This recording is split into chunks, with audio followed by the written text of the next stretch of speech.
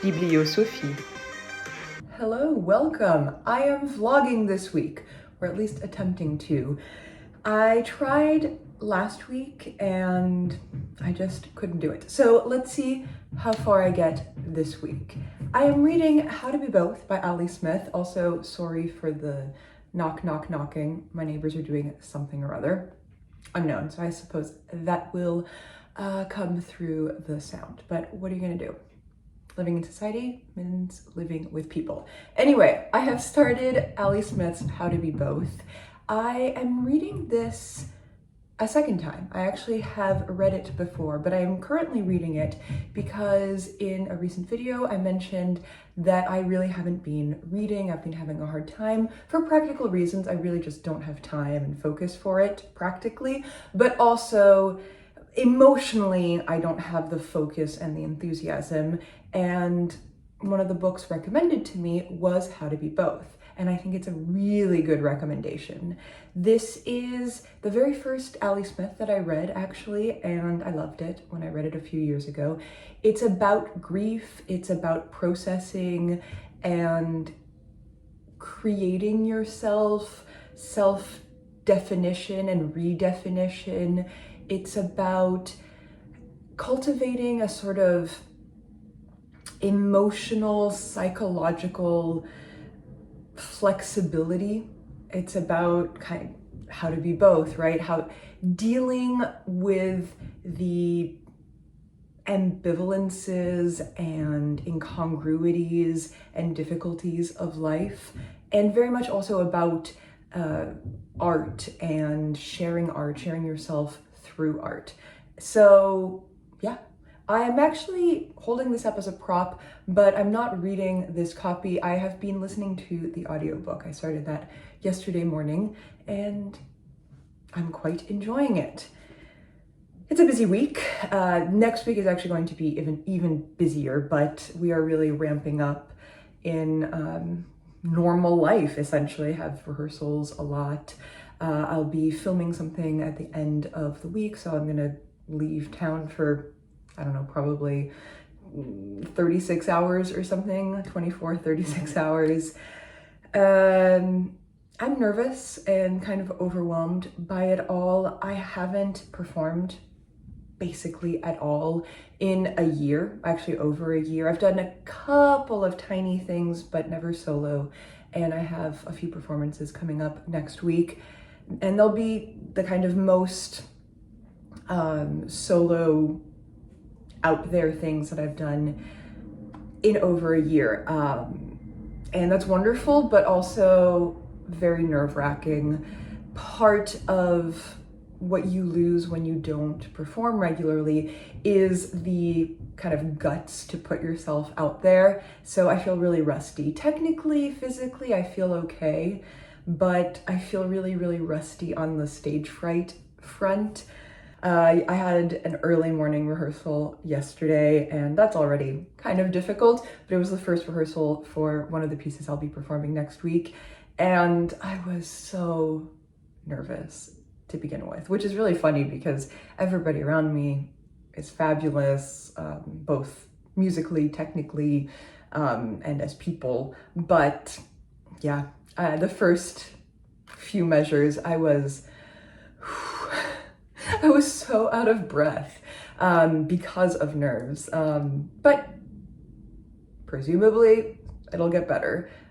Semi-relatedly, I went to a Pilates class with a friend yesterday. I am not a fitness girly by any stretch of the imagination. I never have been.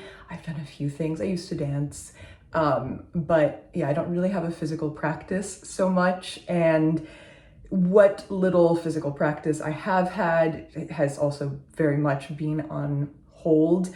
And I'm okay, but I was never super fit to begin with. I also have a chip on my shoulder about fitness, and I'm less fit. I'm especially weaker than I ever have been. So it was very scary. It went fine. I have never taken a Pilates class before, but having danced, I'm kind of predisposed to be able to do the sorts of movements kind of unfairly easily. So it was fine. I'm trying not to be too negative about being bad at things, but I, like so many other people, am really not good at being not good at things. Yeah. So I'm gonna go sit in a cafe doing some thesis reading now because I want to. Yeah, let's see if that fixes me.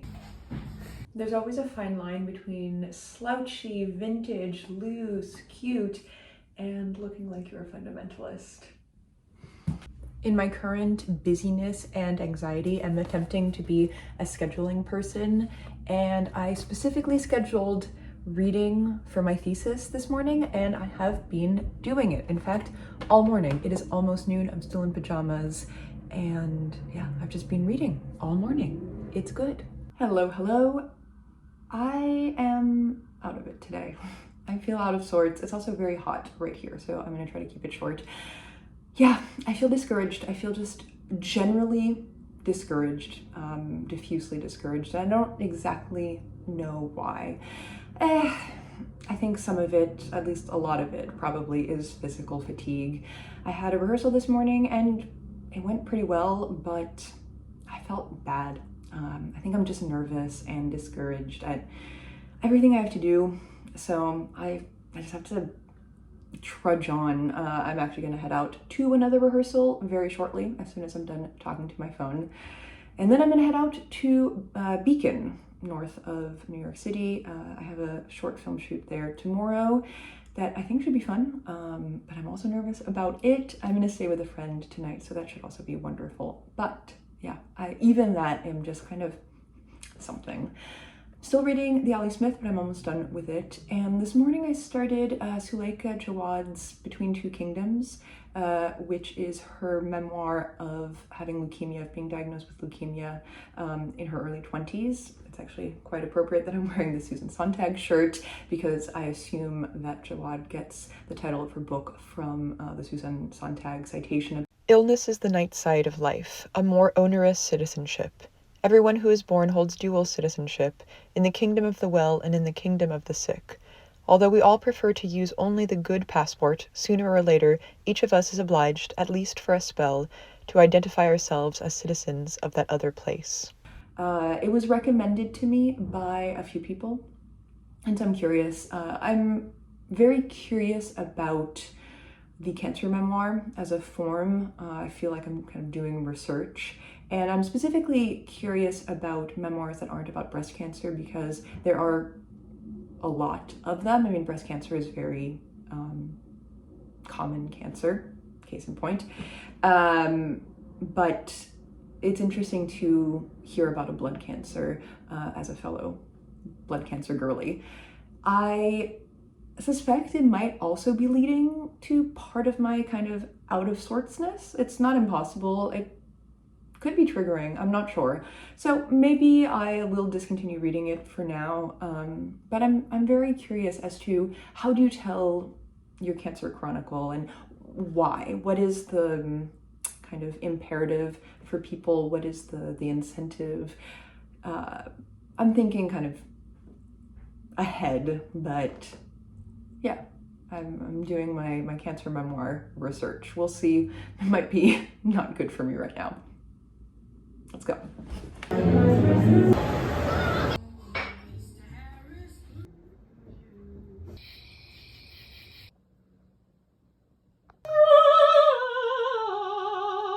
And a little over 24 hours later, I'm back home. I am so tired. It was a good day. Really fun shoot, but exhausting. And I'm so exhausted that I'm also not that enthusiastic about the shoot, even though I think everything was great. But yeah, mostly I'm just tired. And I want cheesy bread, which I have just made myself. Yes, I kept my makeup, or most of my makeup, on in the train back to New York.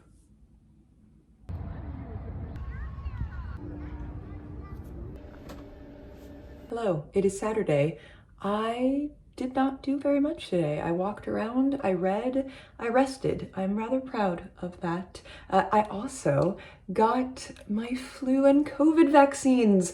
I am now eligible for vaccinations. More on that at a later date, but I'm very proud to have just recently got a couple of vaccinations. I finished Ali Smith's How to Be Both, and I'm so glad I reread it. It hit me again. So this was a really nice thing to delve back into. I think it helped to get me out of my reading rut, actually. I think it kind of got me more invested in reading again. So this was quite a big success. I also started another Smith, Patti Smith. What is this called actually? Bread of Angels was sent to me by Random House. It comes out in November 4th. I've read almost half of it actually. It's a very fast read. I started it this morning, and as I said, I've been reading a good chunk of the day. This is a Patti Smith memoir, and that's how it reads. So if you've ever read a Patti Smith memoir, you can kind of guess the style and subjects of it. This starts a lot in childhood. A good chunk of it is spent in her childhood, and then we are progressing, at least so far, chronologically. I'm currently in the phase in her life where she is still kind of starting out her performance career, but is starting to be a little bit more established. We're in her second album, Horses, has come out, and so she's touring.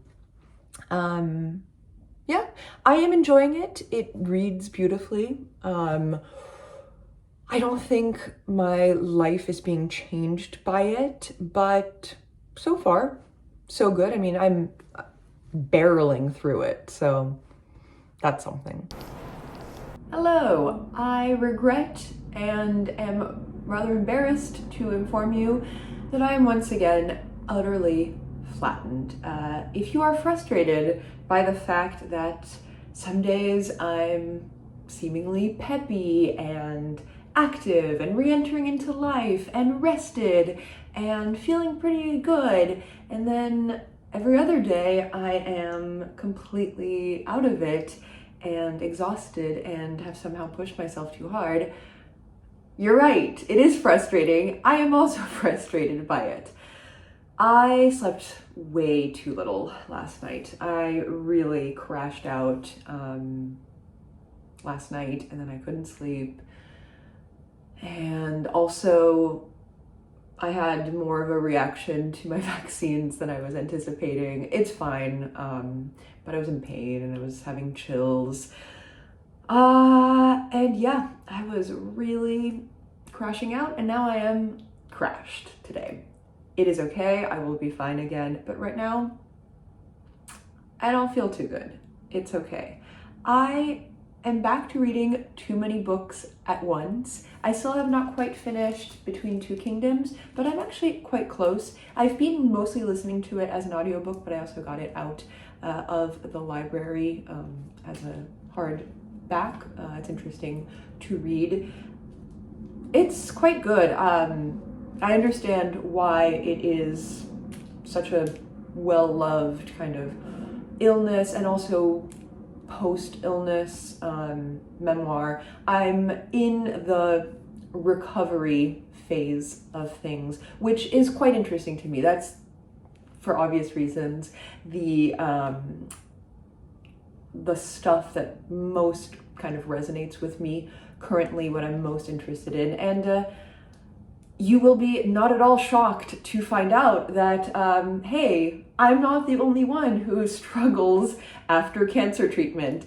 It's kind of a thing. There were a couple of sentences that particularly struck me that felt very familiar and also resonate with things that I've said here and in my daily life, and most recently, most specifically with things I was saying in a video that I posted a couple of weeks ago about currently struggling, about being okay, but also, despite that, quite struggling.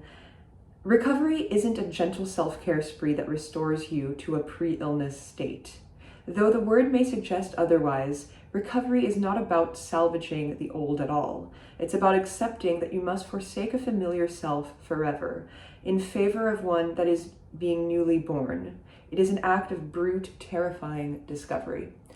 I'm not entirely sure that I feel like I am discovering a new self utterly, but to a certain extent, I'm not sure. I'm also very much in the nascent phase of my recovery, and we'll see. I think I have a couple of contradictory, I know for a fact, I hold a lot of contradictory views at once, which I think is pretty typical, and I'm sure they will somewhat evolve or congeal in different ways. So yeah, I suspect I will finish this pretty soon.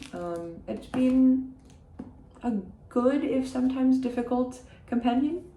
Because I'm back to reading too many books at once, I also started this morning The Crisis of Narration by Byung-Chul. This is quite short. That's mostly why I started it. I wanted something quite small that I could slip into my music folder, quite honestly. And this is a writer that I've been wanting to read for a little while. This is one long essay. You could think of it as one long essay separated into short chapters, or maybe several micro essays around the theme of narrative, narration, and storytelling. It draws a lot, at least in the beginning, on Walter Benjamin. I don't know if it continues to do so, but I suspect it might. The first few chapters have a whole lot of Benjamin in them. In this essay, he is contrasting the concept of narrative and storytelling as two different things. Narrative as being community making and anchoring, anchoring us into our being as humans and to one another.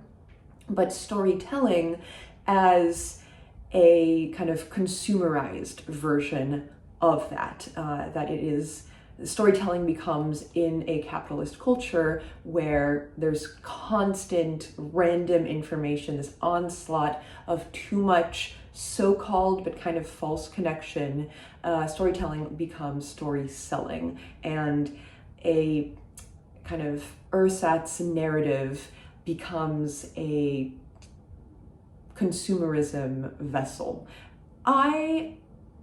I'm finding this very interesting. It is an interesting read for me right now also, and I think it pairs very well with the other books that I have been reading this week, and also just that I'm interested in general. I, if you don't know, am very, very interested in narrative and the use of narrative, the construction of narrative in self-construction. I talk about it constantly. I talked about it a few days ago when I was talking about the cancer memoir and kind of the point of it. So this is an interesting, I think, pairing with this, with also Ali Smith and Patti Smith, whom I have over there. We'll see. We'll see what I end up completely taking away from this. All right, I'm going to leave you here. Next week is very busy. I do unfortunately have to go back out again today. I have another short rehearsal this evening, so I'm gonna rest up, yes, and then I will be home early tonight and I will rest, I will sleep. I have an early morning rehearsal tomorrow. It's gonna be fine. Yes, we are all champions. Take care of yourselves. I'll take care of myself as well. Look at this beautiful sun. It's autumn. Many things are good. Many things are not good, but voila. That's my half wisdom for you on this day. Bye.